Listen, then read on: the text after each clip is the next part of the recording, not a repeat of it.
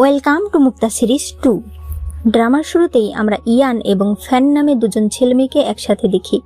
Fan ইয়ানকে তার কাকার সঙ্গে পরিচয় করানোর জন্য তাদের বাড়িতে নিয়ে এসেছে। আসলে ইয়ান তার গার্লফ্রেন্ড। ইয়ান বলতে থাকে, তুমি তো আগে বলনি তোমাদের বাড়ি এত বড়। ফ্যান বলে, আমার কাকার বাড়ি আরও বড়।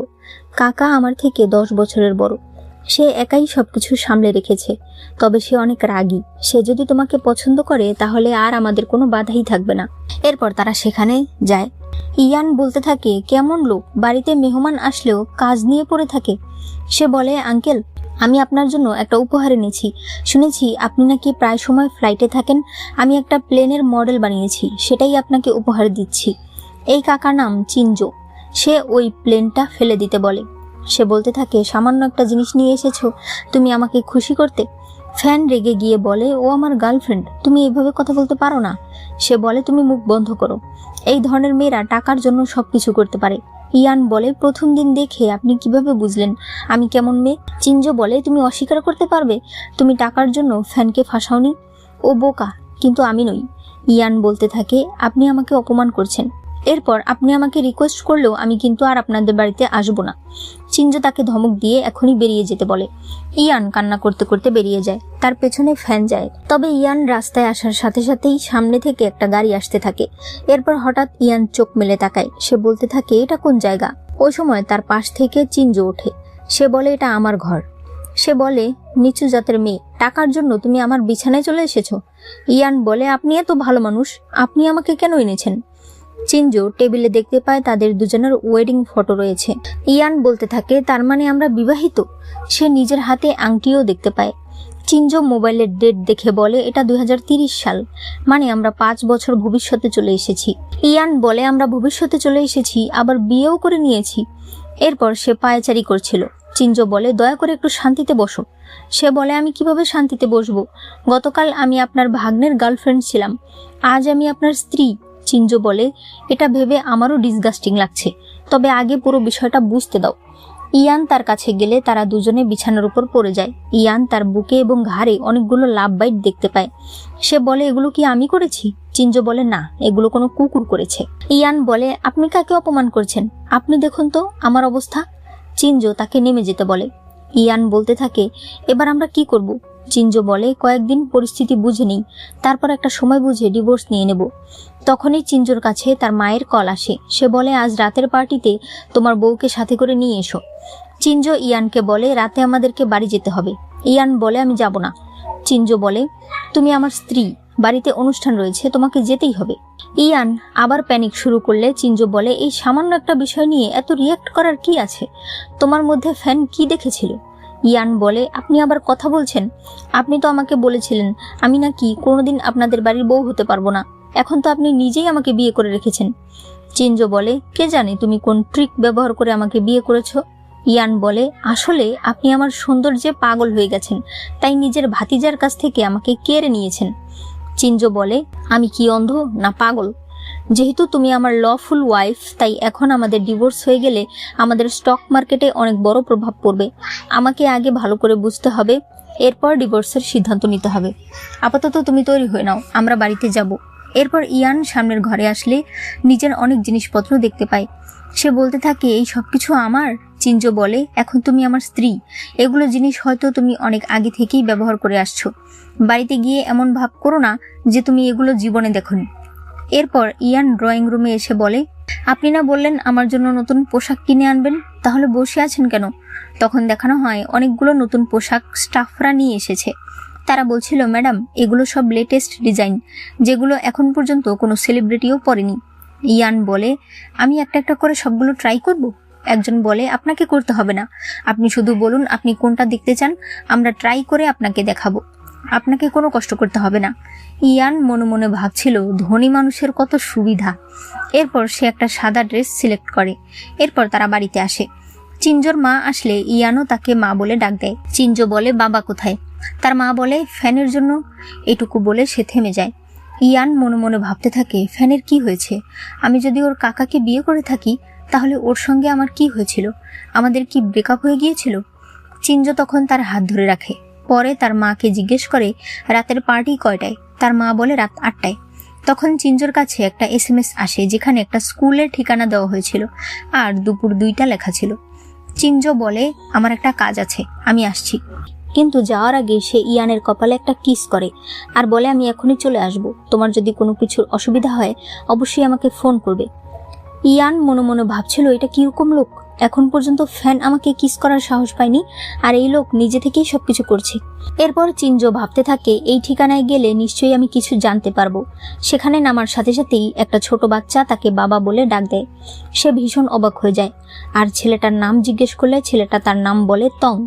এদিকে ইয়ান ভাবতে থাকে, আমি কি ওনাকে কিছু জিজ্ঞেস করব? সে বলে, মা ওই বছর আসলে। তার শাশুড়ি বলে, ওই বছর কি হয়েছে সেটা তোমাকে আর বলতে হবে না, সেগুলো ভুলে যাও, শুধুমাত্র এখন ভবিষ্যৎ নিয়ে চিন্তা করো। ইয়ান মনে মনে বলছিল, আমার তো কিছুই মনে নেই, আপনিও যদি না বলেন আমি জানবো কি করে।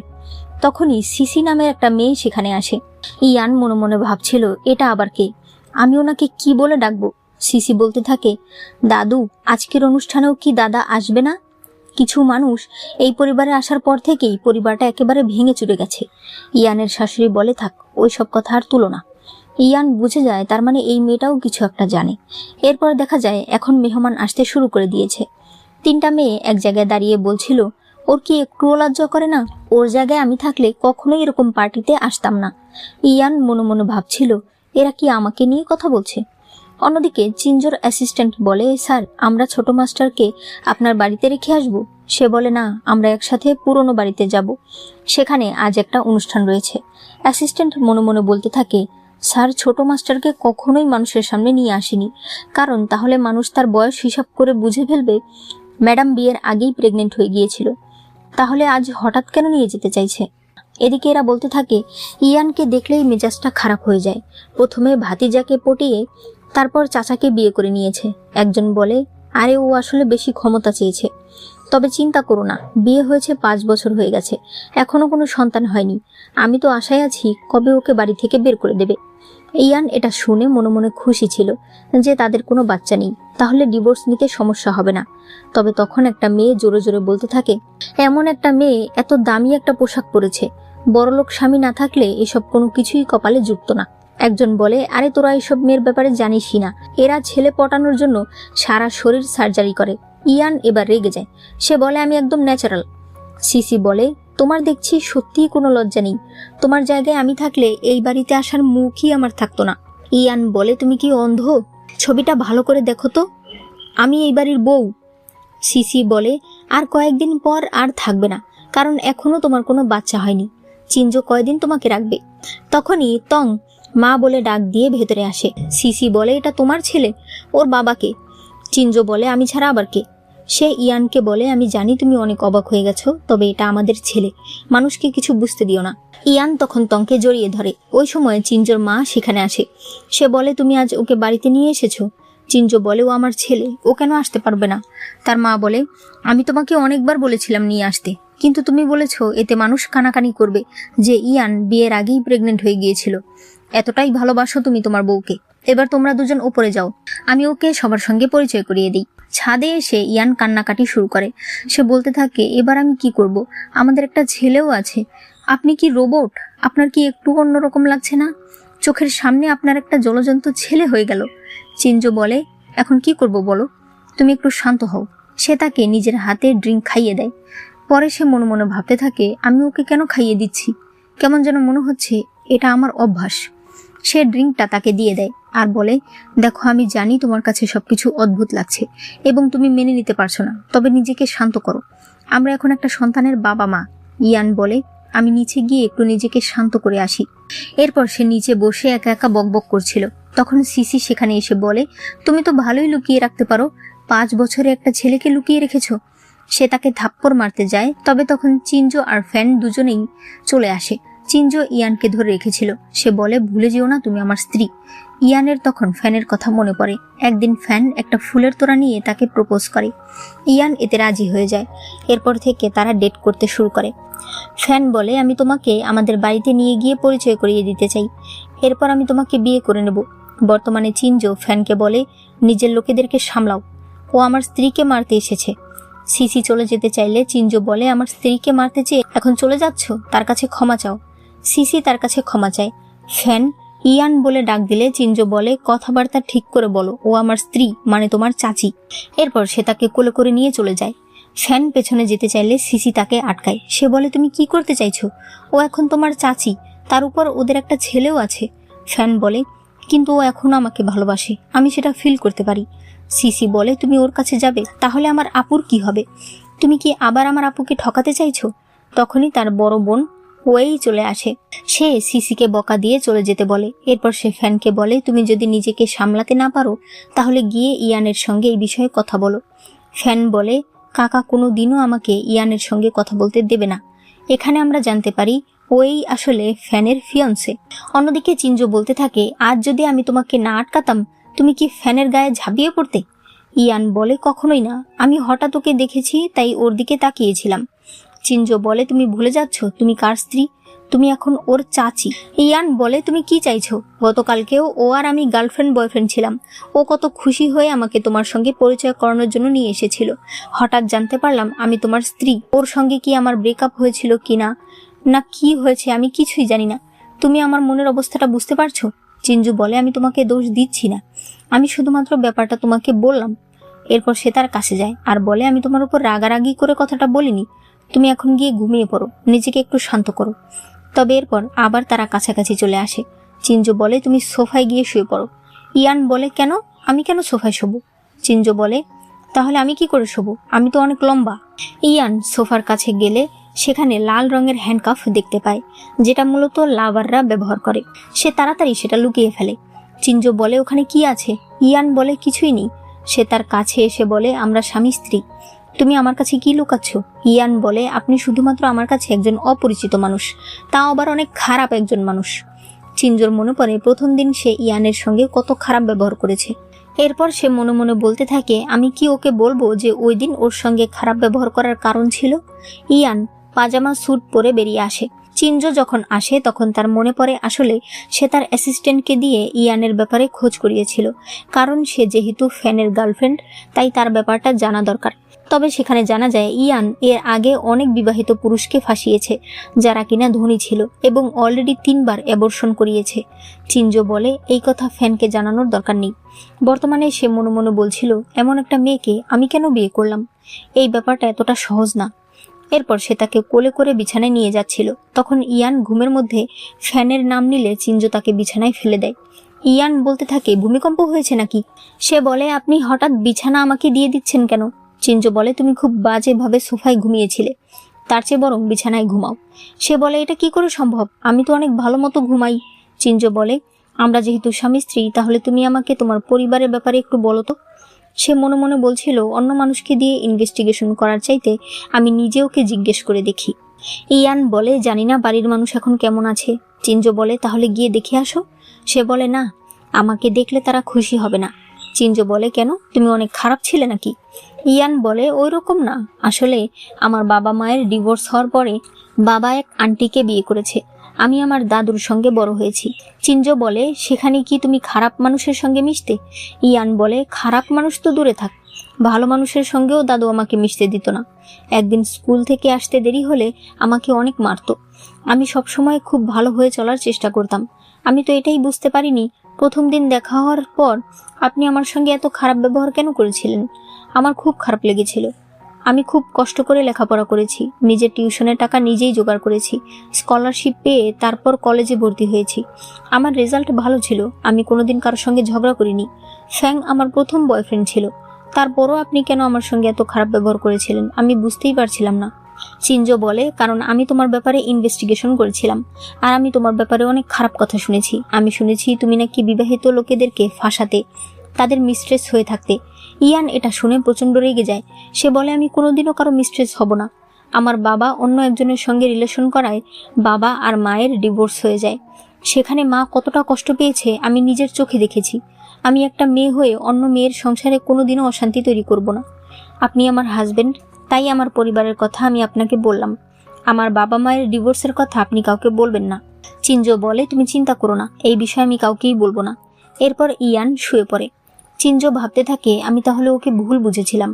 আমাদের অলরেডি একটা ছেলে আছে, ডিভোর্সের কথাটা আমাকে ভেবে দেখতে হবে। পরদিন সকালে ইয়ান নিচে নেমে এসে বলে, এত তাড়াতাড়ি উঠে পড়েছেন? বাটলার বলে, ম্যাডাম, স্যার 2 ঘন্টা জগিংও করে এসেছে।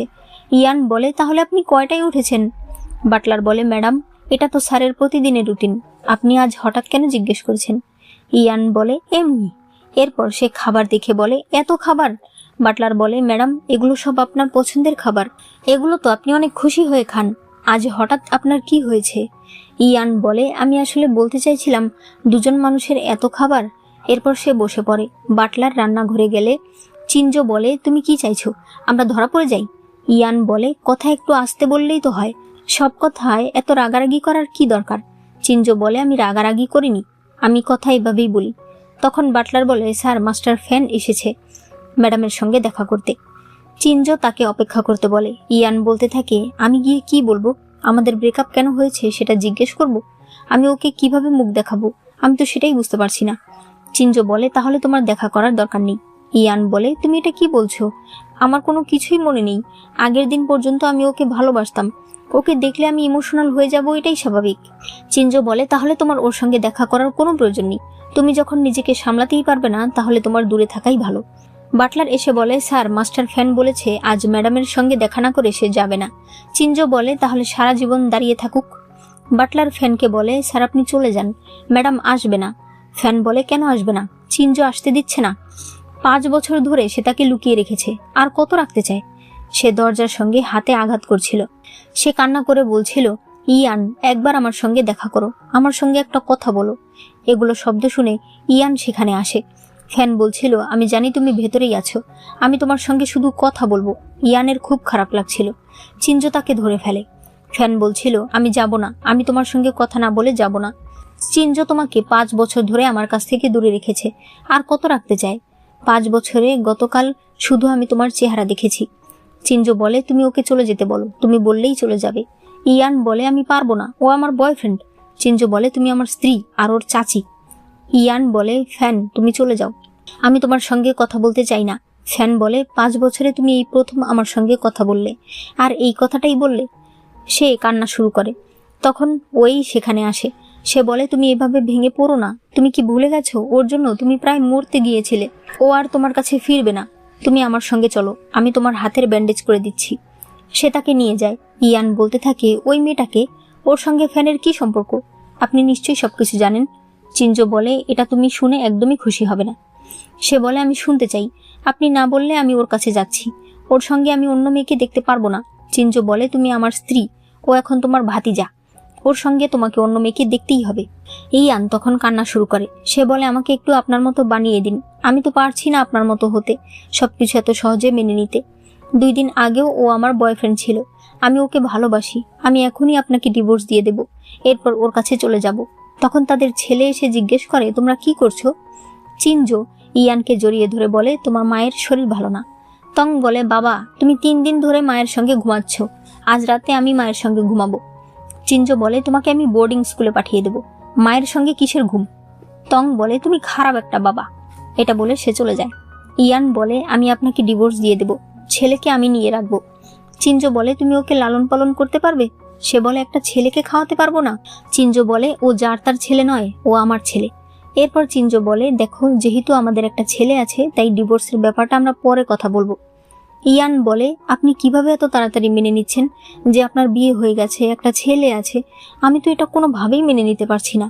চিনজো তাকে ধরে বলে, দেখো, যদি আমাদের ডিভোর্স হয়েও যায় তুমি কখনোই ফ্যানের কাছে যেতে পারবে না, কারণ তুমি তংয়ের আপন মা, আর ফ্যান তংয়ের চাচাতো ভাই, তাই তোমাদের সম্পর্ক কোনোভাবেই সম্ভব না।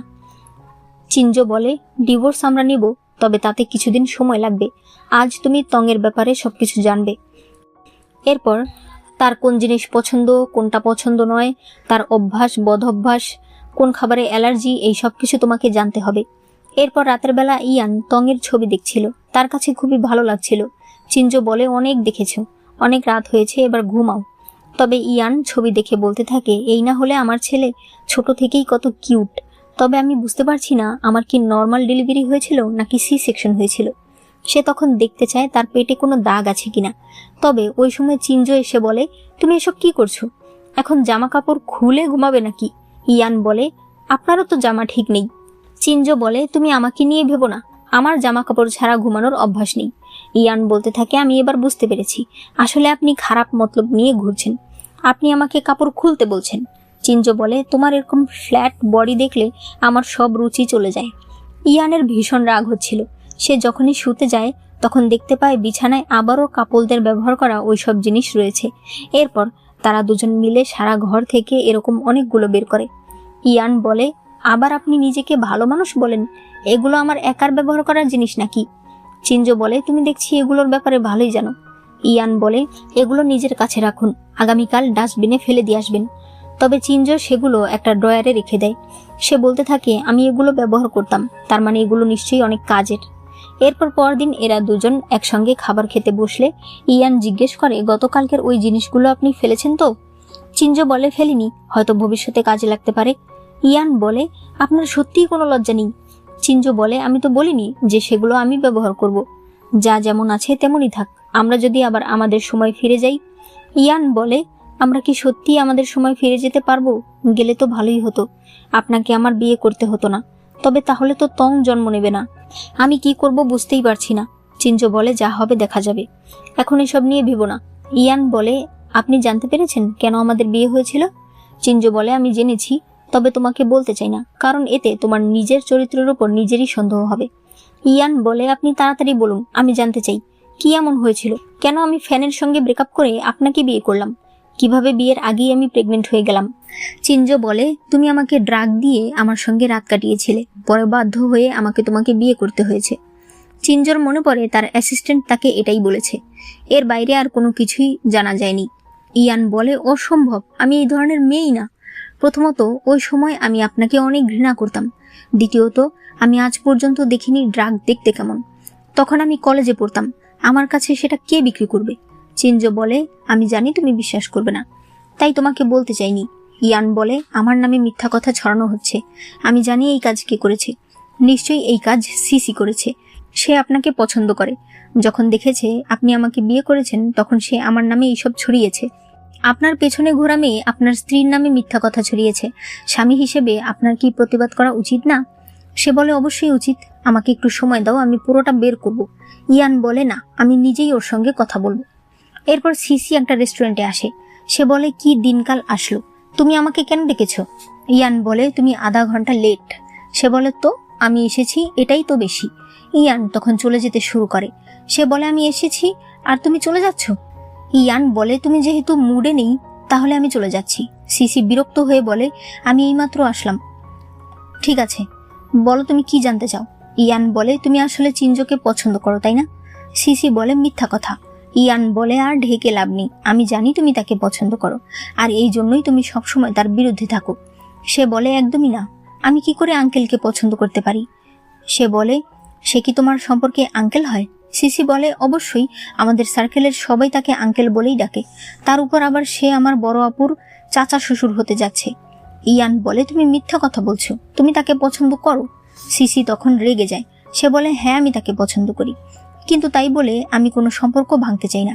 আমি তোমাকে একদমই পছন্দ করি না, কারণ তুমি ফ্যান ভাইয়ের উপর প্রতিশোধ নেওয়ার জন্য আঙ্কেলকে ড্রাগ দিয়ে বিয়ে করেছো। ইয়ান অনেক অবাক হয়ে যায় যে সে ফ্যানের উপর প্রতিশোধ নিতে চেয়েছিল। সিসি বলতে থাকে, তুমি তো জেনে শুনে আমার বোনকে এত কষ্ট দিয়েছো। তুমি জানতে ফ্যান আর আমার আপু একসঙ্গে বড় হয়েছে, তাদের এঙ্গেজমেন্ট রয়েছে, অথচ তারপরও তুমি ফ্যানের গার্লফ্রেন্ড হয়েছো। তোমার কারণে প্রতিদিন আমার আপু কান্না করেছে, এখন পর্যন্ত সে কষ্ট পেয়েই যাচ্ছে। তখনই চিনজো সেখানে আসে। সে বলে, আমার স্ত্রীর সঙ্গে এইভাবে কথা বলার সাহস তুমি কোথায় পাও? আমি তোমাকে আগেই বলেছি আমার স্ত্রীকে কেউ বুলি করতে পারবে না। ইয়ান বলে, ওকে যেতে দাও, ও আমাকে বুলি করেনি। সিসি এর পর চলে যায়। চিনজো বলে, ওর কথা সত্যি নাও হতে পারে, তুমি এগুলো মনে নিয়ে কষ্ট পেও না। ইয়ান বলে, ওর কথা শুনে মনে হচ্ছে ও সত্যি বলছে। সত্যিই তাহলে আমি অপরাধী। ফ্যানের আগে থেকেই এঙ্গেজমেন্ট ছিল। চিনজো বলে, কিসের এঙ্গেজমেন্ট ছিল? বড়রা কথা বলে রেখেছিল, ওদের দুজনের মধ্যে কোনো সম্পর্কই ছিল না। ইয়ান বলে, ফ্যান আমাকে বলেছিল ও সিঙ্গেল, ও আমাকে এত বড় মিথ্যা কথা কেন বলেছিল? চিনজো তখন তার চোখের পানি মুছে দিতে তার কাছে আসে। সে বলে, ও অন্যায় করেছে, তুমি এটা নিয়ে কষ্ট পেও না। ইয়ান বলে, তাহলে আপনি আমার কাছে ক্ষমা চান, আপনিও তো এতদিন ধরে আমাকে ভুল বুঝে আসছেন। চিনজো তখন তাকে সরি বলে আর বলে, এখন মনটা একটু হালকা হয়েছে? ইয়ান বলে, এজন্যই তো আমি ফ্যানের সঙ্গে ব্রেকআপ করেছিলাম, আর এরপর তার উপর প্রতিশোধ নেওয়ার জন্য আপনাকে ড্রাগ দিয়েছিলাম। আমার কপাল কত খারাপ। চিনজো বলে, মানে আমার সঙ্গে বিয়ে হওয়াকে তুমি কপাল খারাপ বলছো? তুমি বাড়ি চলে যাও, আমি অফিসে যাচ্ছি। ইয়ান বলে, আচ্ছা আমি কি কোনো কাজ করতাম না? চিনজো বলে, তোমার নিজের একটা স্টুডিও রয়েছে। ইয়ান ভীষণ খুশি হয়ে যায়। সে বলে, তাহলে একটা অন্তত আমি ভালো কাজ করেছি, তাহলে তো আমাকে আমার স্টুডিওটা দেখতে হবে। চিনজো বলে, ওটা আমি অলরেডি সামলে নিয়েছি। যেদিন প্রথম দিন আমি বুঝতে পেরেছি যে আমি 5 বছর ভবিষ্যতে চলে এসেছি, সেদিনই আমি আমার কোম্পানি এবং আমাদের সকল কাজকর্মের খোঁজ নিয়ে ফেলেছি। তোমার স্মৃতি যেহেতু এখনো কলেজে রয়েছে, তাই তোমার স্টুডিও আমি দেখছি। আপাতত তুমি আমার সঙ্গে অফিসে চলো, আমি তোমাকে কাজ বুঝিয়ে দেব। এরপর তুমি নিজেই তোমার স্টুডিও চালাতে পারবে। এরপর এরা দুজন অফিসে আসে। ইয়ান বলে, এটা আপনার অফিস রুম? একদম সাদামাটা। এরপর সে তাড়াতাড়ি করে চেয়ারে বসে পড়ে আর বলে, আমাকে একটু বসতে দিন, আমার অনেক দিনের ইচ্ছা ছিল আমি একদিন বস হব। এরপর সে বলতে থাকে, চিনজো, গতকাল তোমাকে যে ডকুমেন্ট রেডি করতে দিয়েছিলাম সেগুলো নিয়ে আসো। এরপর টেবিলে থাকা একটা রিপোর্ট দেখে বলে, এতগুলো টাকা বেতন দিয়ে তোমাকে রাখি এই সব বানানোর জন্য? চিনজো বলে, তোমার অভিনয় হয়েছে? সে বলে, হ্যাঁ। এরপর সে চিনজোকে দেখছিল আর মনে মনে ভাবছিল, সত্যি কথা বলতে সে দেখতে অতটা খারাপ না, ভালোই হ্যান্ডসাম। চিনজো বলে, এভাবে নির্লজ্জের মতো আমাকে দেখো না। সে বলে, আমি আপনাকে দেখছি না, আপনার চেহারায় মশা বসেছে, দাঁড়ান আমি তাড়িয়ে দিচ্ছি। তবে এরপর তার গায়ের ওপর পড়ে যায়। তখন ইয়ানের মনে পড়তে থাকে তারা যেন এভাবে বসে কিস করেছে। সে মনে মনে বলছিল, আমি এসব কি ভাবছি। চিনজো বলে, তোমার মাথায় কি চলছে? সে বলে, কিছুই না, এরকম একটা চেয়ার দুজন মানুষের ভর কখনোই নিতে পারবে না। সে ফাইল নিয়ে আলাদা বসে পড়ে। চিনজো বলতে থাকে, এই চেয়ার তো দুজন মানুষের ভর সহ্য করার কথা। ইয়ান বলছিল, আমি অনেক ভালো একজন বস, তাই না? চিনজো বলে, হ্যাঁ, তবে তুমি যদি আমার সাহায্য নাও তাহলে তুমি আরো উপর উঠতে পারবে। ইয়ান বলে, আমি নিজে থেকে বড় হতে চাই, আমি মানুষের সাহায্য নিতে চাই না। চিনজো বলে, এই পৃথিবীতে কেউই একা একা বড় হতে পারে না, সবারই কারো না কারো সাহায্যের প্রয়োজন হয়। যেমন আমিও আমার পরিবারের কোম্পানিকেই আরো বড় বানিয়েছি। সে কাছে এসে বলে, স্বামী স্ত্রী একজন আরেকজনকে সাহায্য করবে, এটা একদম স্বাভাবিক। আমি খোঁজ নিয়ে দেখেছি, তোমার স্টুডিওতে তুমি আমাদের কোম্পানির একটা সাহায্যও নাওনি। ইয়ান বলে, হয়তো আমি সত্যিই কারো সাহায্য নিতে চাইনি, বা হতে পারে আমাদের সম্পর্ক ভালো ছিল না। চিনজো বলে, তোমার কি মনে হয় আমাদের সম্পর্ক কেমন ছিল? সে বলে, খারাপই হবে, কারণ আমি আপনাকে ড্রাগ দিয়ে জোর করে বিয়ে করেছি। আপনিও আমাকে ঘৃণা করতেন আর আমিও আপনাকে ঘৃণা করতাম। চিনজো তার হাত ধরে তাকে ভেতরের একটা রুমে নিয়ে যায়, যেখানকার পোশাক দেখে ইয়ানের তো মাথা ঘুরে যায়। চিনজো বলে, প্রথম যখন আমি এগুলো দেখেছিলাম আমিও অবাক হয়ে গিয়েছিলাম। ইয়ান বলে, আপনি এত খারাপ কেন? সে বলে, আমি কি করলাম? এগুলো তো তোমার পরার জিনিস। ইয়ান তখন তার মুখ চেপে ধরে। তখনই তারা শুনতে পায় চিনজোর সঙ্গে কথা বলতে কেউ ভেতরে আসছে। চিনজো এসে বসলে দেখা যায় ওই এসেছে। চিনজো বলে, কি চাই তাড়াতাড়ি বলো।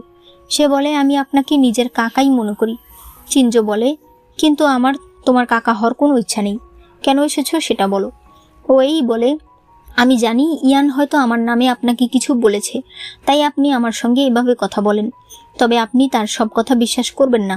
চিনজো বলে, প্রথম কথা, ইয়ান তোমার নামে একটা শব্দ আমাকে বলেনি। দ্বিতীয় কথা, তুমি যদি এখানে কমপ্লেন করার জন্য এসে থাকো তাহলে তুমি ভুল মানুষের কাছে এসেছো, আমি ফ্যান না। ওই বলে, আমি জানি আপনি তাকে প্রোটেক্ট করতে চান, তবে সে আজ সিসিকে অনেক কাঁদিয়েছে। সিসি ছোট মানুষ, বাড়িতে অনেকক্ষণ কান্না করেছে। চিনজো বলে, সেখানে আমিও ছিলাম, ইয়ান কিছুই করেনি। তোমার যদি আর কোনো কথা না থাকে তাহলে বেরিয়ে যাও। সে বলে, আপনি কেন ওরকম একটা মেয়ের জন্য আমার সঙ্গে এত খারাপ ব্যবহার করছেন? আপনি তো ভালো করেই জানেন ও আমার আর ফ্যানের সম্পর্ক নষ্ট করেছে, আপনাকে ড্রাগ দিয়ে বিয়ে করেছে, তারপর আপনি সবসময় তাকেই সাপোর্ট করেন। চিনজো বলে, আমি ওকে সাপোর্ট করি কারণ ও আমার স্ত্রী। তোমার আর ফ্যানের মধ্যে কোনো সম্পর্কই ছিল না, আর যদিও থেকে থাকে সেটা ভাঙার পেছনে ইয়ানের কোনো হাত নেই, সেটা তুমিও খুব ভালো করে জানো। যদি না জেনে থাকো ফ্যানকে আমার সামনে নিয়ে আসো, সবার সামনে ও বলবে ওই সময় ইয়ানকে ও সিঙ্গেল পরিচয় দিয়েছিল কিনা। ওই বলে, আপনারা সবাই কেন ওই মেয়েটাকে এত সাপোর্ট করেন? চিনজো বলে, আমি সাপোর্ট করি কারণ ও আমার স্ত্রী। তোমাকে কেন ফ্যাং সাপোর্ট করে না সেটা তুমি ফ্যাংকে গিয়ে জিজ্ঞেস করো, আর নয়তো তুমিও হয়তো ভালো মতোই জানো যে তোমার মধ্যেই কোনো কমতি রয়েছে। ওই চলে যেতে চাইলে ভেতরে একটা শব্দ শোনে আর চিৎকার করে বলতে থাকে, ভেতরে কে লুকিয়ে আছে? ইয়ান তখন বাইরে আসে। ওই বলে, তুমি লুকিয়ে আমাদের কথা শুনছিলে? চিনজো বলে, কথা ঠিকভাবে বলো, এটা ওর জায়গা, এখানে তুমি এসেছো, তুমি ওর স্বামীর সঙ্গে কি কথা বলবে সেটা শোনার অধিকার ওর আছে। ওই বলে, আমি তো আমাদের সম্পর্ক ভালো করতে এসেছিলাম। তবে মনে হয় ইয়ান চায় না আমাদের সম্পর্ক ভালো হোক। চিঞ্জু বলে, সবকিছুতে ইয়ানের দোষ দিও না, আমি তোমাদের সঙ্গে কোনো সম্পর্কই রাখতে চাই না। ইয়ান বলে, আমি তোমার কথা শুনেছি বলে তুমি এত রেগে যাচ্ছ কেন? তুমি কি আমার নামে কমপ্লেন করতে এসেছিলে? চিঞ্জু বলে, হ্যাঁ, ওর নিয়ত এটাই ছিল। ওই বলে, ইয়ান, আমি তোমাকে উপদেশ দেব, এই ঘরে থেকো না, কারণ এটা অফিস, এটা কাজের জায়গা। চিঞ্জু বলে, এই প্রাইভেট রুম বানানো হয়েছে ওর জন্য, ও থাকবে না তো কে থাকবে? ওই তখন রেগে সেখান থেকে চলে যায়।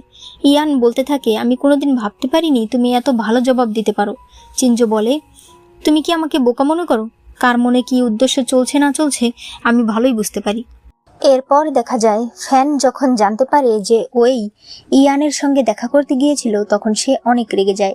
সিসি বলে, তুমি আপুর সঙ্গে এরকম ব্যবহার কেন করছো? আপু তো তোমার জন্যই গিয়েছিল। ওই সিসিকে ভেতরে যেতে বলে।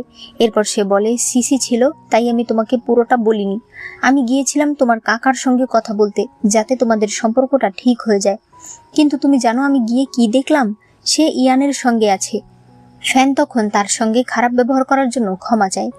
ওই কান্না করে বলতে থাকে, আমি তোমার সুখের জন্য কত কিছু করতে চাইছি, অথচ এখনো তুমি আমাকে কষ্ট দিয়েই যাচ্ছ। ফ্যান তখন তাকে ধরে তার কাছে ক্ষমা চায়। ওই সময় ওই বলে, বিশ্বাস করো, তোমাদের মধ্যে আর কোনো কিছুই সম্ভব না। ফ্যান বলে, আমি জানি, আমি এত বছর ধরে নিজেকে সামলানোর চেষ্টা করছি, তবে ওই দিন আমি ওকে দেখে বুঝতে পেরেছি ও এখনো আমাকে ভালোবাসে। ওই মনে মনে বলছিল 5 বছর হয়ে গেছে, তারপর ও এখনো ইয়ানকে ভুলতে পারছে না। আমি কোনোভাবেই ফ্যানকে আমার কাছ থেকে কেড়ে নিয়ে যেতে দেব না। সে বলে, তুমি কেন বুঝতে পারছো না? সে এখন তোমার চাচি, ওর একটা ছেলেও আছে। ফ্যান বলে, ওদের একটা ছেলে আছে, এই কথাটা এত বছর ধরে আমার কাকা লুকিয়ে গেছে। ওই বলে, সে লুকিয়েছে পরিবারের মান সম্মানের জন্য, এতে তার স্ত্রী যে তাকে এক প্রকার জোর করে বিয়ে করেছে এটা মানুষ জানতে পারবে না। ফ্যান বলে, আমি সরাসরি ওর সঙ্গে কথা বলতে চাচ্ছি, ও কি এখনো আমাকে ভালোবাসে কিনা এটা আমাকে জানতেই হবে।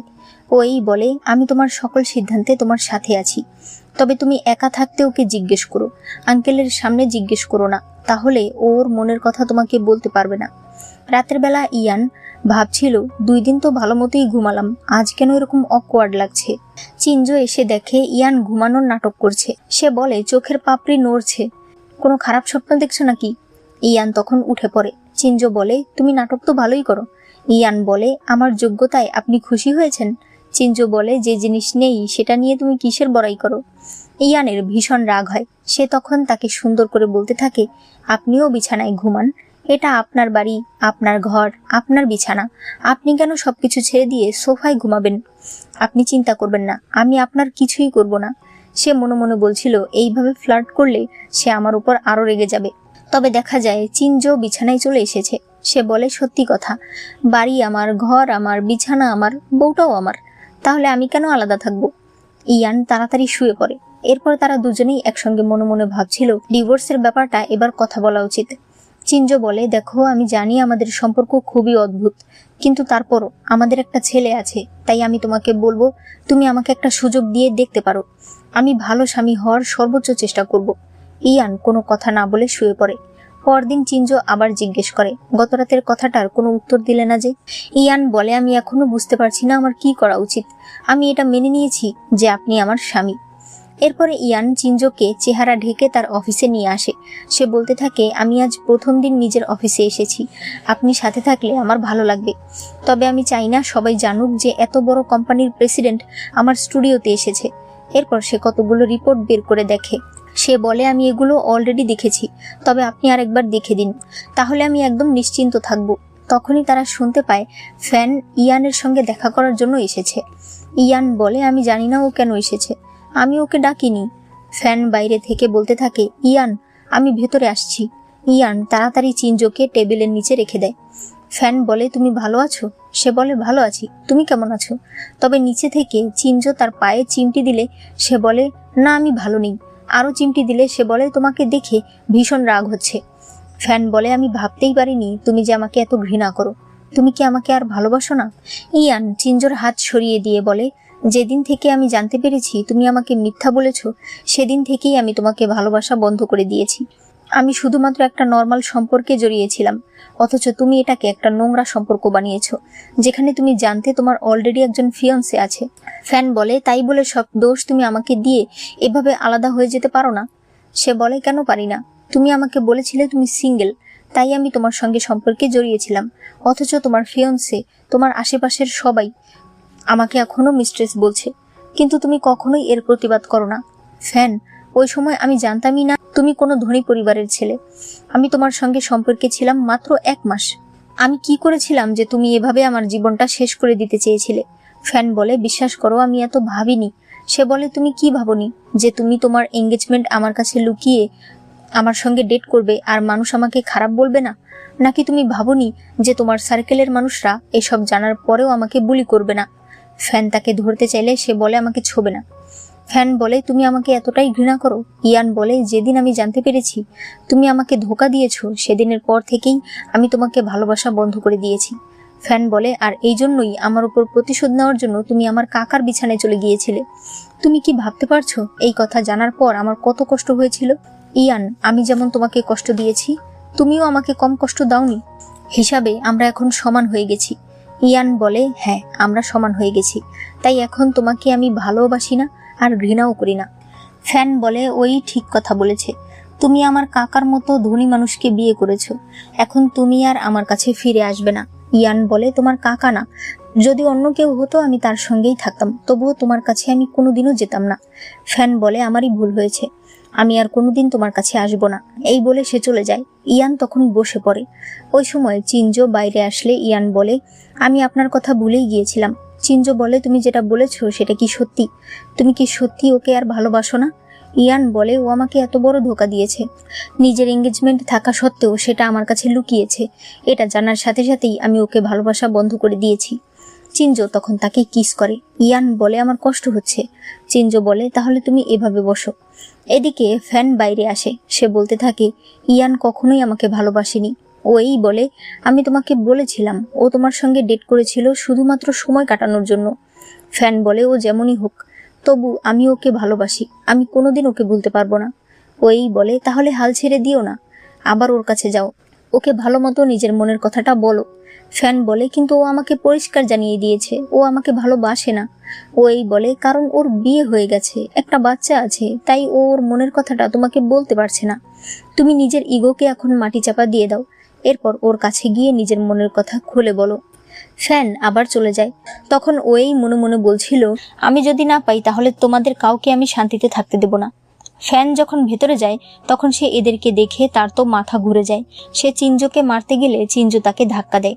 ফ্যান বলে, আমি তোমাকে অনেক সহ্য করেছি, তুমি আমার কাকা, তাই বলে তুমি আমার গার্লফ্রেন্ডকে আমার কাছ থেকে কেড়ে নিতে পারো না। চিনজো তার কাছে এসে তাকে ধরে মারে। এরপর বলে, এগুলো ইয়ানের পক্ষ থেকে। ইয়ান দৌড়ে এসে তার হাত দেখে।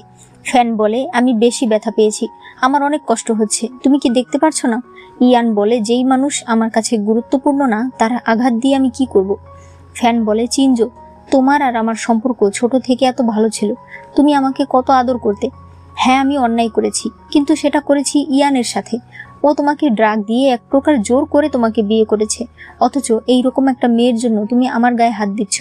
চিনজো তাকে ধরে বলে, ভালো করে কথা বলো, সে আমার স্ত্রী, তোমার চাচি।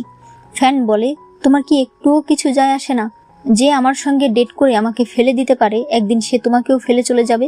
ও শুধুমাত্র টাকাকে ভালোবাসে। চিনজো বলে, আমি ওকে আমাকে ছেড়ে যাওয়ার কোনো কারণই দেব না। আমি তোমার মতো ওকে ধোঁকা দেব না, কষ্ট দেব না। ও যদি টাকা পছন্দ করে, আমি আরো বেশি ইনকাম করব, যাতে ও কোনোদিন অভাব না দেখে, তাহলে ও আমাকে ছেড়ে যাবে না। ফ্যান তখন সেখান থেকে চলে যায়। এরপর ইয়ান চিনজোর হাত ব্যান্ডেজ করে দিচ্ছিল। চিনজো বলে, তুমি কেন কাঁদছো? সে তাকে জড়িয়ে ধরে।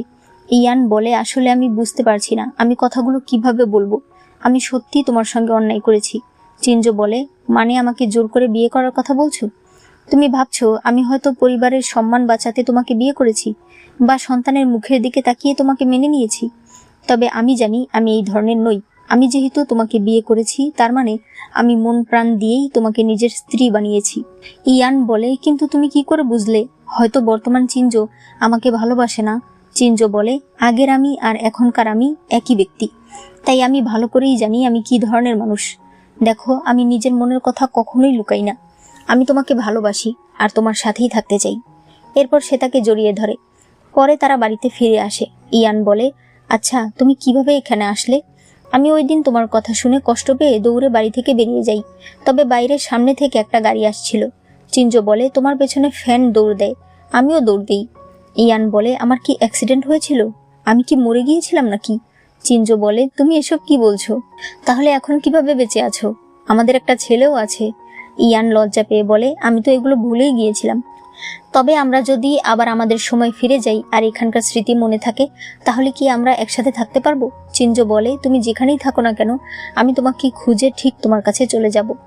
এরপর তারা নিচে আসে, যেখানে চিনজোর মা তংকে নিয়ে এসেছে।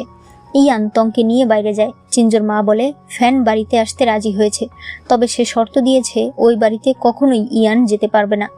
চিনজো বলে মা, এটা কেমন কথা? ইয়ান আমার স্ত্রী, সে কেন যেতে পারবে না?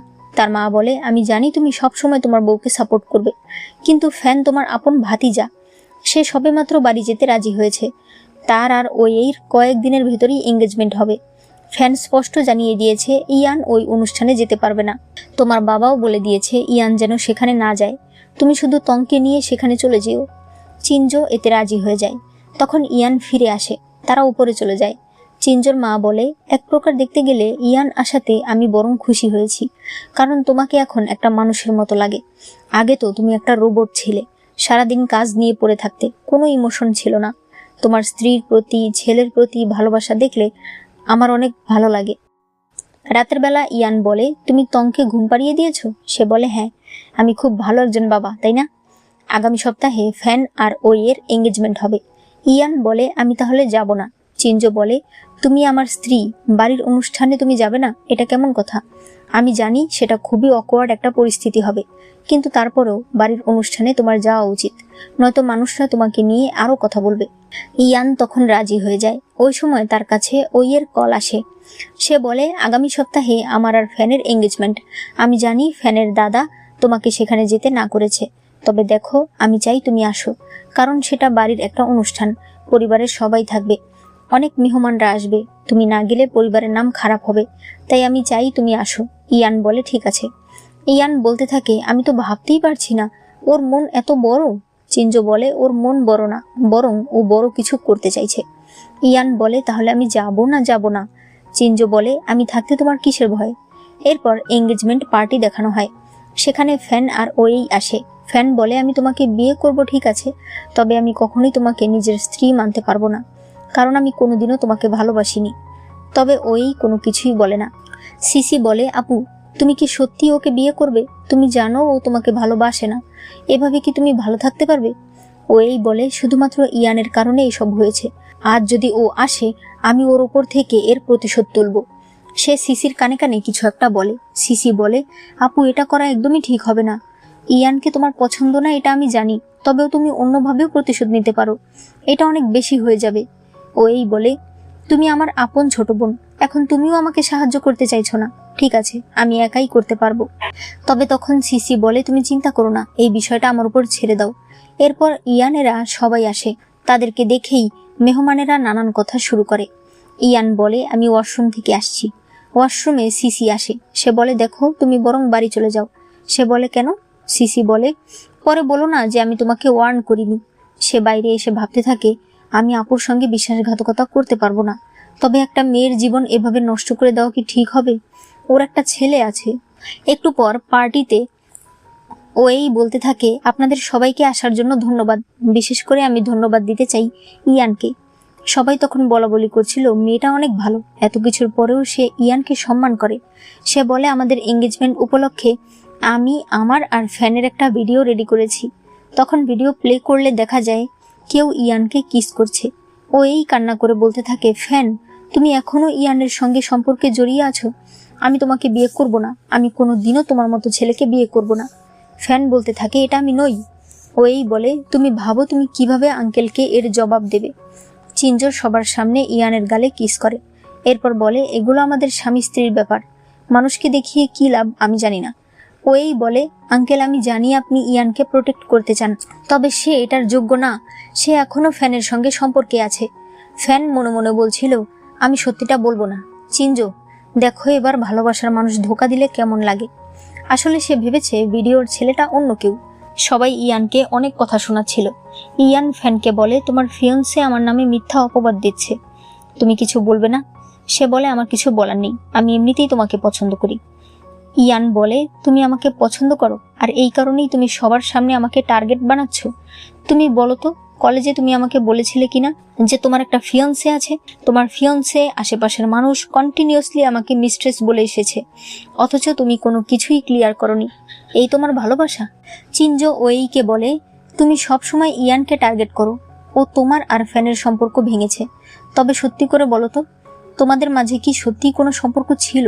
তুমি যখন বিদেশে ছিলে তোমার একাধিক বয়ফ্রেন্ড ছিল, এর বহুত প্রমাণ আমার কাছে আছে। তুমি শুধুমাত্র ইয়ানকে হিংসা করো। তখনই ভিডিওতে দেখা যায় ছেলেটা আসলে চিনজো। ওই তখন ভয় পেয়ে যায়। সে সিসিকে বলে, নিশ্চয়ই এটা তোমার কাজ, তাই না? সে বলতে থাকে, আমার বোনের বয়স কম, সে মনে করে ইয়ানের কারণেই আমি অশান্তিতে আছি, তাই সে এটা করেছে। ইয়ান বলে, সিসি সত্যি করে বলো, তুমি কি এটা করেছো? সিসি বলে, হ্যাঁ আমিই করেছি, আমি ভেবেছিলাম ভিডিওতে ফ্যান ভাইয়া রয়েছে। চিনজো বলে, অর্ধেক সত্যি যখন সামনে এসেছে তাহলে বাকি সত্যিটাও বলে দাও। ওই বছর ইয়ান আর আমার বিয়েটা কিভাবে হয়েছে সেটাও না হয় আজ সবাইকে বলে দিই। ওই বলে, সবাই জানে সে আপনাকে ড্রাগ দিয়ে জোর করে বিয়ে করেছে। চিনজো বলে, সবাই যেটা জানে জানুক, কিন্তু তুমি সত্যিটা জানো, কারণ সেই ওষুধ কিনেছিলে তুমি নিজে। অলরেডি আমি এটা ইনভেস্টিগেশন করেছি এবং আমার কাছে প্রমাণও আছে। ওই সময় ইয়ান একটা কলেজ স্টুডেন্ট ছিল, তার কাছে এসব ইলিগাল ওষুধ বিক্রি হবে না। ওই দিন একটা হোটেলের কমিউনিটি সেন্টারে আমাদের পরিবারের একটা ছোটখাটো অনুষ্ঠান চলছিল। ফ্যানের ঘরে তুমি ওই ওষুধ সুগন্ধি আকারে জ্বালিয়ে রেখেছিলে। তবে তুমি জানতে না, ওই দিন আমি আর ফ্যান নিজেদের ঘর অদল বদল করে নিয়েছিলাম, কারণ ফ্যানের ব্যালকনিওয়ালা রুমের প্রয়োজন ছিল। ইয়ান ফ্যানের এঙ্গেজমেন্টের কথা শুনে ওই হোটেলে আসে এবং ফ্যানের সঙ্গে কথা বলতে তার ঘরে আসে। তবে যেহেতু ঘরে ওই বিষাক্ত সুগন্ধি ছিল, তাতে আমরা দুজনেই নিজেদের কন্ট্রোল হারিয়ে ফেলি। এই সব শুনে ফ্যান অনেক কষ্ট পায়। সে বলে, তার মানে ওই দিন তুমি আমার কাছে কথা বলতে এসেছিলে, আমার কারণেই বাধ্য হয়ে তোমাকে আমার কাকাকে বিয়ে করতে হয়েছে, আর সেই আমি এতদিন ধরে তোমাকে ভুল বুঝে এসেছি। ওই বলে, এই কাজ আমি করিনি, এগুলো ইয়ানের বানানো গল্প। ইয়ান বলে, আমরা অলরেডি পুলিশে ফোন করেছি, যত প্রমাণ ছিল সেগুলো সাবমিট করেছি, তাই আসল কালপ্রিটকে সেটা খুব তাড়াতাড়ি প্রকাশ পাবে। ওই এবার ভয় পেয়ে যায়। সে সিসিকে বলে, এই কাজও তুমি করেছো, তাই না? তুমি এত বড় একটা কাজ কি করে করতে পারলে? সিসি বলে, তুমি এসব কি বলছো? আমি এই কাজ কেন করতে যাব? ও এই বলে, এখন যদি স্বীকার করো আমি তোমার হয়ে ওদের কাছে ক্ষমা চাইবো, কিন্তু যদি স্বীকার না করো তাহলে আমিও তোমাকে বাঁচাতে পারবো না। সে ধীরে ধীরে বলতে থাকে, তুমি কি আমাকে এভাবে শেষ হতে দেখবে? তুমি তো আমার বোন, পুরোটা স্বীকার করে নাও। সিসি বলে, ইয়ান আমি সত্যি তোমাকে পছন্দ করি না, কিন্তু ওই ওষুধের ব্যাপারে আমি কিছুই জানি না। শুরু থেকে সবকিছু আমাকে আপু বলে দিয়েছে। সে বলেছে তুমি মিস্ট্রেস, তুমি আমার আপুর সম্পর্ক নষ্ট করেছো, এই জন্য আমি তোমার সঙ্গে খারাপ ব্যবহার করতাম। সেই সবাইকে তোমার নামে আজে বাজে কথা বলতো, এমনকি এই ভিডিও সেই লিক করেছে। তবে আমি এটা স্বপ্নেও ভাবিনি যে ওই ওষুধের কাজটাও আমার আপুই করেছে। তখনই একজন বলে ওঠে, পুলিশ এসে গেছে। এরা দুজন তখন পালাতে শুরু করে। সেখানে থাকা সবাই বলতে থাকে, তার মানে ইয়ান শুধুই এতদিন ধরে মানুষের অপমান সহ্য করে এসেছে। সে আসলে নিজেই একটা ভিকটিম। ফ্যান বলে, ইয়ান বিশ্বাস করো, ও যে এত কিছু করেছে আমি জানতামই না। ইয়ান বলে, তুমি কি ভাবছো তুমি এসব বললেই আমি তোমাকে ক্ষমা করে দেব?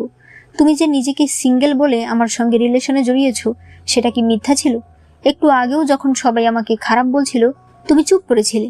আমি কোনোদিনও তোমাকে ক্ষমা করব না। ফ্যান বলে, ইয়ান আমি তোমার জন্য প্রায় মরতে চলেছিলাম। ইয়ান ধীরে ধীরে বলে, এটার মানে কি? চিনজো বলে, তোমার আর আমার বিয়ে হওয়ার পর ও তোমাকে ভয় দেখানোর জন্য ছাদ থেকে লাফিয়ে পড়তে চেয়েছিল, এটাকেই ও বলছে ও তোমার জন্য মরতে বসেছিল। ইয়ান বলে, তোমার তো আসলেই লজ্জা শরম অনেক কম। ফ্যান বলে, ঠিক আছে, আমি আর তোমার কাছে আসবো না। এই বলে সে চলে যায়। এরপর সবাই বলতে থাকে, আসলে তারা সবাই ইয়ানকে এতদিন ধরে ভুল বুঝে এসেছে। এরপর ইয়ানের শাশুড়ি বলে, আমি পুরো ঘটনাটা এইমাত্র জানলাম, আমরা সত্যিই তোমার প্রতি অনেক অন্যায় করেছি। ফ্যান নিজের ভুল বুঝতে পেরেছে। সে এবার বিদেশ যাওয়ার সিদ্ধান্ত নিয়েছে। ইয়ান বলে, আমরা তো একই পরিবার, আপনাকে এসব বলতে হবে না। চিনজো বলে, মা আমরা বাড়ি চলে যাই। তার মা বলে, যখনই বাড়িতে আসিস এভাবেই অর্ধেক অনুষ্ঠান রেখেই তুই চলে যাস, এখন আমার অভ্যাস হয়ে গেছে। এরপর এরা দুজন শুয়েছিল। ইয়ান বলে, তুমি আগে থেকেই জানতে ওই আমার বিরুদ্ধে এসব করতে চলেছে, তুমি সত্যি আমাকে বিশ্বাস করো তাই না? চিনজো বলে, অবশ্যই, তুমি ওই সময় কলেজে পড়তে, ওই ওষুধ তুমি কিনবে কি করে? ইয়ান বলে, তার মানে তুমি ভাবছো আমি ওষুধ কিনতে পারিনি, আমি যে এই ধরনের কাজ করতে পারি না, এটা তুমি বিশ্বাস করো না তাই না? চিনজো তাকে ধরে বলে, আমি বিশ্বাস করি, তবে আমি অনেক খুশি যে ওই দিন আমাদের মধ্যে কিছু হয়েছে। ইয়ান এই কথা শুনে অনেক খুশি হয়। সে বলে, আমরা যদি আবার 5 বছর আগে ফিরে যাই, তুমি কি আমার কাছে আসবে? সে বলে, 5 বছর আগে হোক বা পরে, তুমি যেখানেই থাকো না কেন, আমি তোমাকে খুঁজে তোমার কাছে ছুটে যাব। এরপর সে তাকে কিস করতে শুরু করে। পরে ইয়ানের ঘুম ভাঙলে সে দেখতে পায় সে হসপিটালে আছে। নার্স বলে, তুমি কোথায় যাচ্ছ? তোমার অ্যাক্সিডেন্ট হয়েছে। ইয়ান মোবাইল ফোন বের করলে দেখতে পায় 2025 সাল চলছে, মানে সে আবার 5 বছর আগে ফিরে এসেছে। নার্স বলে, তোমাকে যদি ওই ছেলেটা না বাঁচাতো তাহলে তোমার অবস্থা আরো খারাপ হয়ে যেত। ইয়ান মনে মনে ভাবতে থাকে, কে বাঁচিয়েছে আমাকে, ফ্যান নাকি চিনজো? ইয়ান দৌড়ে যেতে চাইলে দেখতে পায় চিনজো আইভি ড্রিপ নিয়ে সেখানে চলে এসেছে। ইয়ান কান্না করে বলে, এটা কি তুমি চিনজো?